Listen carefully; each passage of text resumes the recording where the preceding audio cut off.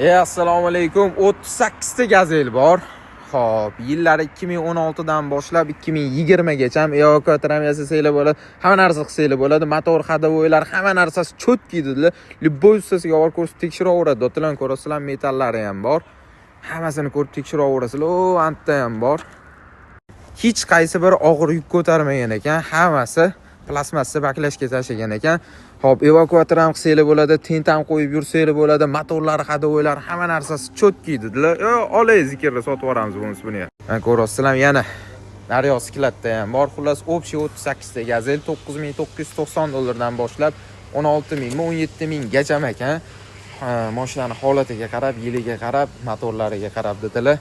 Xullas, hech qayerda yo'q, narx faqat pul yechib olish uchun sotilyapti. Kelib, bemalol ko'rib, tekshirib, o'zingizga yoqqanini olsanglar bo'ladi.